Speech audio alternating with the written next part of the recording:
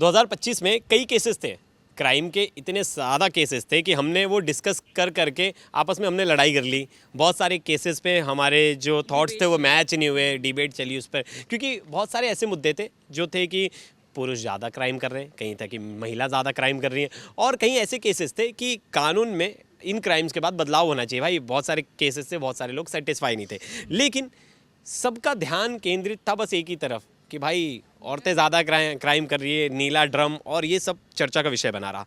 लेकिन कई ऐसे भी केस थे, वो केस बड़े थे लेकिन उनके बारे में कोई डिस्कशन नहीं हुआ, वो नेशनल टॉपिक नहीं बना क्योंकि उसमें मसाला नहीं था। बिना मसाले के कोई मूवी अच्छी नहीं लगती, बिना मसाले के कोई न्यूज़ अच्छा नहीं लगता।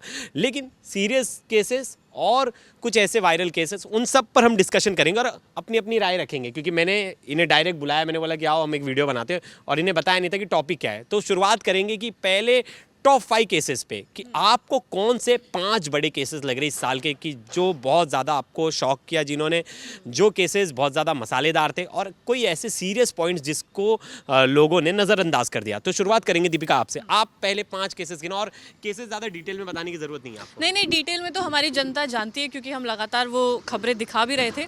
अगर सबसे जो मुझे ऐसा टॉपिक लगा है, वो ऐसा केस लगा, तो वो मुस्कान वाला था, क्योंकि मुस्कान वाले में हमने देखा कि एक लव ट्रायंगल होता है, एक नीला ड्रम होता है, नीला ड्रम एक चर्चा का विषय बन जाता है। आप यकीन नहीं मानेंगे, मीम्स इतने ज़्यादा उस पर बनने लगे थे।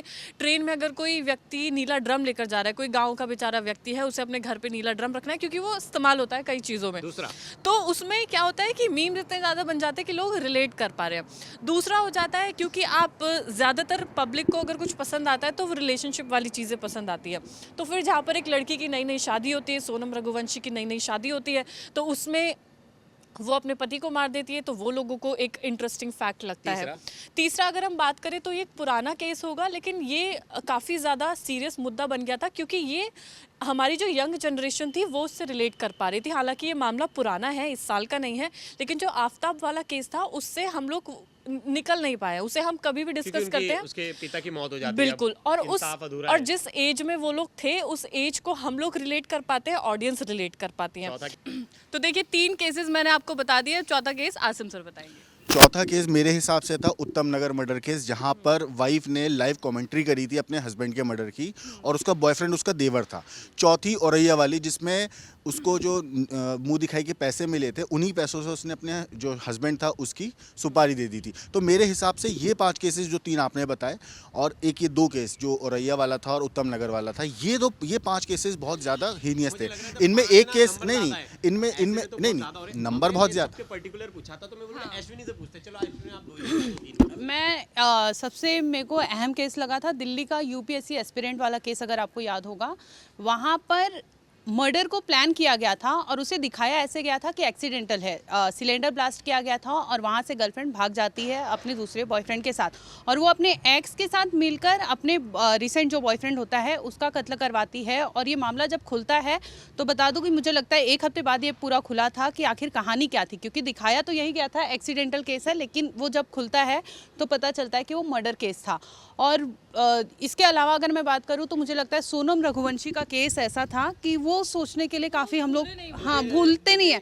आज भी अगर मैं बात करूं मीम की या रील की, या आप लोगों से ही बात कर लूं कि शादी को लेकर क्या सोचते हैं, तो आप पहला सवाल आपके मन में आएगा कि नहीं करना है, होता है। हाँ, किसी से भी आप पूछोगे ना तो ये पहला यही होता है उनके जहन में कि नहीं करना है। आप लोग, आपका क्या विचार है, आप इस साल शादी करेंगे? नहीं, शादी की तो बात है, शादी से तो दहशत हो गया, क्योंकि दहशत अभी तो मैं अभी मेरी उम्र बहुत कम है। अभी मैं जब 30 का 30 का हो जाऊंगा तब मैं शादी करूंगा, मैंने प्लान कर रखा है। लेकिन देखिए इन सब के बीच में ना बहुत सारे सीरियस इशू भी थे, बहुत शॉकिंग फैक्टर थे। जो दिल्ली का ब्लास्ट था ना, वो अपने आप में एक नया केस था कि भाई पढ़े लिखे डॉक्टर्स जो है वो इन्वॉल्व है और उन्होंने ब्लास्ट करके इतने और वो भी हमारे देश के नागरिक है, पाकिस्तान से कोई नहीं आया था यहाँ ब्लास्ट करने, वो हमारे देश के नागरिक। तो ये केस भी एक हैरान करने वाला था। दूसरा था, हम एक चीज़ भूल रहे हैं, पहलगाम अटैक ऐसा था जिसने पूरे देश में जो है ना एक गुस्सा के साथ साथ सबका दिल तोड़ दिया था, जिस तरीके से वो पूरा जघन्य अपराध हुआ था। और उसके बाद रिवेंज चाहिए था, उसके बाद जब ऑपरेशन सिंदूर हुआ और फिर मई के महीने में भारत ने कार्रवाई करते हुए पाकिस्तान के जो आतंकी ठिकाने थे उनको तबाह किया था, उसके बाद जाके एक अलग लेवल पे बात पहुंची थी। पूरी दुनिया ने देखा था कि भारत किस लेवल पे जाके आतंकवाद के खिलाफ लड़ सकता है। पाकिस्तान के जो अभी प्रेसिडेंट हैं, वो तो खुद उनका एक बयान आया था कि मुझे आके बोला था कि आप बंकर में छुप जाओ, इंडिया ने अटैक कर और दिया। ऑपरेशन सिंदूर के दौरान भी कई छोटे ऑपरेशंस भी चले थे, ऑपरेशन महादेव भी था। उस दौरान कई ऐसे आतंकवादी थे, कई ऐसे ओवरग्राउंड वर्कर्स थे जो पकड़े गए थे। ये अपने आप में भारत के लिए एक अहम जीत थी, क्योंकि वहाँ पर पता तो रहता है कि लोग छुपे हुए हैं और मदद कर रहे हैं, लेकिन उनको पकड़ पाना, उनका एनकाउंटर कर पाना हमारे लिए एक अपने आप में बहुत बड़ी इन जीत सब थी। के बीच में ना एक ना बहुत सीरियस केस था, वो ना किसी के नज़र में नहीं आया और उस पर डिस्कशन नहीं हुआ भाई। डिजिटल अरेस्ट के इतने केसेस आए, लोगों के इतने पैसे डूब गए और नहीं पता कितने लोगों ने जान दे दिया, कितने लोग ब्लैकमेलिंग का शिकार हुए और कितने लोगों के पैसे चले गए। लेकिन मुझे लगता है साइबर क्राइम नंबर 1 पे रहेगा। अगर मर्डर से पहले मुझे लगता है साइबर क्राइम के फ्रॉड्स जो है नंबर 1 रहेगा, और अभी भी होता जा रहा है। और एक मजाकिया केस भी था बहुत ज़्यादा कि चोरी का केस था, बिहार का मंदिर में चोरी कर लिया था, उसकी सीसीटीवी फुटेज वायरल हुई थी। और आप एक कोई ऐसा सीसीटीवी फुटेज बताओ जो वायरल था, आपको लगा कि यार ये कैसे हो सकता है। कल मैंने एक देखा, एक ट्रक जो था ओवरलोडेड, वो ट्रक ओवरलोडेड जीप पे गिर जाता है। सीसीटीवी फुटेज आया था बिजनौर से, यूपी के, अभी हाल ही में पिछले हफ्ते की, आई थिंक 1 हफ्ते पहले की बात है।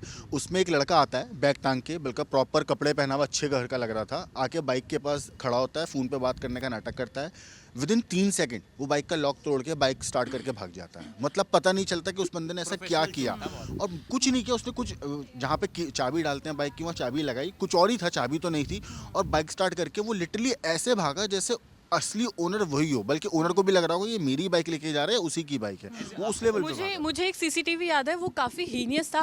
हम सब खुद लोग उसे एक बार में नहीं देख पा रहे थे। वो था दिल्ली में जब एक शख्स ने अपनी गर्लफ्रेंड की हत्या की थी और उसने पत्थर से उसको मारा था, और उसकी सीसीटीवी फुटेज, साक्षी मर्डर केस, उसका जब सीसीटीवी आया था वो अपने आप में बहुत ही हीनियस था, जिसे हम देख नहीं पा रहे थे। तो वो एक बहुत गंदा था। मर्डर करके, वो दिल्ली का ही जाफराबाद मर्डर केस, जहां वो मर्डर करने के बाद लड़का जो है सीसीटीवी के सामने नाच रहा था। तो ये भी बड़ा हैरान अब करने बताइए ऐसे लोगों की, मतलब आप क्या मेंटालिटी सोचेंगे जो लोग कत्ल करके खुश हो रहे हैं। तो ऐसे भी केसेस देखे जाते हैं। आपको अगर सीसीटीवी बताना, जैसे मुझे याद है कि ना महाराष्ट्र से था, विरार का केस था, जहाँ पर गर्लफ्रेंड जा रही थी, उसे फॉलो करता है उसका बॉयफ्रेंड, और बीच सड़क पे उसे रोकता है, चाकू लेकर उस पर लगातार वार करता है। लोग वहाँ पर चीख पुकार मचा रहे हैं, बचाने की कोशिश करते हैं, लेकिन किसी में इतनी हिम्मत नहीं होती कि उसे पकड़ सके, क्योंकि वो बाकायदा उनको धमकाता है कि अगर कोई भी आया तो उसके साथ भी यही करूँगा, और आखिरकार वो मर जाती है। इस साल एक भी ऐसा केस नहीं देखा होगा, आप लोगों को याद नहीं होगा, जिसमें जो लड़की वो चाकू लेके रोड पर भाग रही है और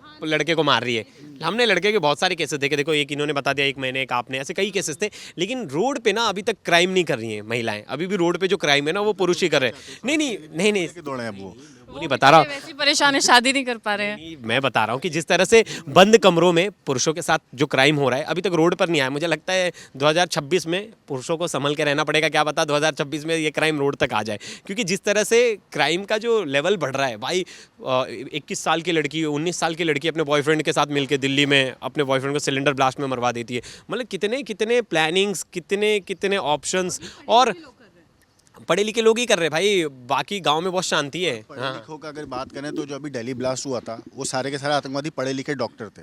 तो ऐसा नहीं कि क्राइम सिर्फ वो लोग कर रहे हैं जो एजुकेटेड नहीं है। क्राइम मोस्टली हीनियस क्राइम तो वही लोग कर रहे हैं जो पढ़े लिखे हैं। जो आइडियाज सोच रहे हैं ना, वो ज्यादा आइडियाज क्रिएटिव हो रहा है बेसिकली। हाँ, रिसर्च करते हैं। देख रहे हैं, आपकी वीडियो देख लेते होंगे। हाँ, नहीं सही बात है। और मुझे लगता है कई ऐसे क्राइम की सीरीज भी आती है, वो मदद कर देती होगी इन्हें कि कैसे बचना है, या फिर क्राइम पेट्रोल की बात कर लूँ, या कोई भी मतलब ऐसे सीरियस जो आते हैं, तो मदद तो मिल ही जाती होगी इनमें। केसेस में देखा है, खुद जो कल्प्रिट्स होते हैं, आरोपी होते हैं, वो खुद ये बोलते हैं कि हमने एक वेब सीरीज देखी, उससे हमने आइडिया लिया और उसके बाद हमने कत्ल किया। तो कहीं ना कहीं ये लोग ये चीज़ देखते हैं और उसके बाद कत्ल को अंजाम देते हैं। लेकिन मुझे एक सवाल, क्या आपने 2 अक्टूबर भूल पाए आप? नहीं भूल पाया।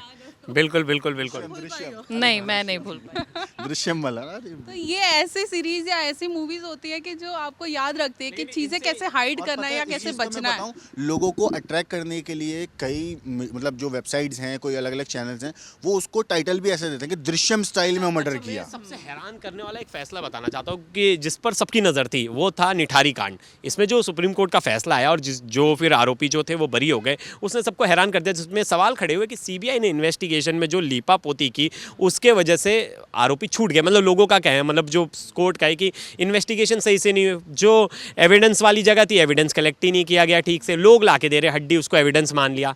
तो लोग जो लाके दे रहे हैं, ये भी बहुत बड़ा सवाल था क्योंकि इतने बच्चे मारे गए थे और हड्डियां भी वहां से बरामद हुई थी, लेकिन आरोपी कोई है ही नहीं। दोनों लोग जो जब पकड़े गए थे वो दोनों ही जेल से बाहर है, उन्होंने कुछ किया ही नहीं है। सवाल ये खड़ा होता है तो फिर किया किसने है।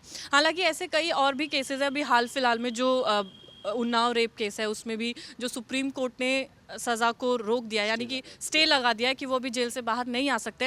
हालांकि वो तो विक्टिम के पक्ष में पूरा आया है फैसला, लेकिन कई और भी ऐसे केसेस सामने आए हैं जहां पर चौंका देता है कभी-कभी कोर्ट। कुलदीप सिंह सेंगर वाले केस में मैं एक चीज़ बताऊं, अभी आज ही सुबह क्राइम तक पे हमने स्टोरी डाली है, जो ऐश्वर्या सेंगर उनकी बेटी, उन्होंने क्लियरली बोला है कि हमारे पास पूरे प्रॉपर सबूत हैं और वो सबूत ऐसे हैं जिसमें आप जो जिसके बेसिस पे बेल जो है ग्रांट की गई थी हाई कोर्ट से, और हम वही सबूत अब अदालत में सुप्रीम कोर्ट में पेश करेंगे ताकि हमारे समझ आए।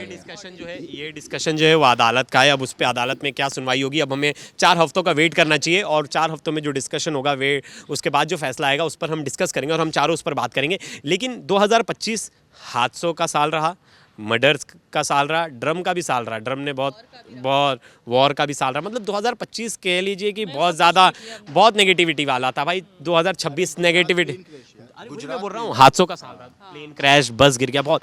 तो 2025 जो था निराश करने वाला ही साल था भाई। इतने ज़्यादा क्राइम हुए, इतना ज़्यादा मर्डर, इतना ज़्यादा एक्सीडेंट, फिर वॉर, फिर आतंकी अटैक, सब कुछ हो चुका। 2026 थोड़ा रहम कर देना, मैं बोला 2026 थोड़ा रहम कर दे लोगों पर तो ज़्यादा अच्छा होगा, क्योंकि हमें भी अच्छा नहीं लगता कि हम आपको ऐसी स्टोरीज़ दें, क्योंकि क्राइम बीट में ऐसी स्टोरीज़ लाना पड़ता है। तो और हम भी नहीं चाहते कि ऐसे इतनी क्रुएलिटी, इतना ज़्यादा संसार में इतना ज़्यादा दुख हो कि हम उतनी ज़्यादा क्रुएलिटी आप तक पता है। कुछ अच्छी न्यूज़ आए कि किसी का कुछ अच्छा हो गया, वो ज़्यादा केसेस थोड़े से कम हो जाए तो ज़्यादा बेटर होगा, क्योंकि जिस तरह से केसेस बढ़ रहे उस तरह से लग रहा है कि भाई दुनिया कहाँ जा रही है इसका कोई पता नहीं। और बाद में लोग हंसते मजाक उड़ाते, अब तो क्राइम का भी मजाक बनने लगा और मीम्स बनने लगे। तो 2026 मुझे लगता है थोड़ा अच्छा होगा। आपको क्या लगता है? उम्मीद तो कर सकते हैं कि अच्छा हो। उम्मीद नहीं भाई, पॉजिटिव रहो कि अच्छा ही हो। हाँ, होना चाहिए, मेरा भी मानना है। आपकी क्या राय है आप ज़रूर बताइएगा, ढेर सारे कमेंट्स कीजिएगा। तब तक के लिए धन्यवाद।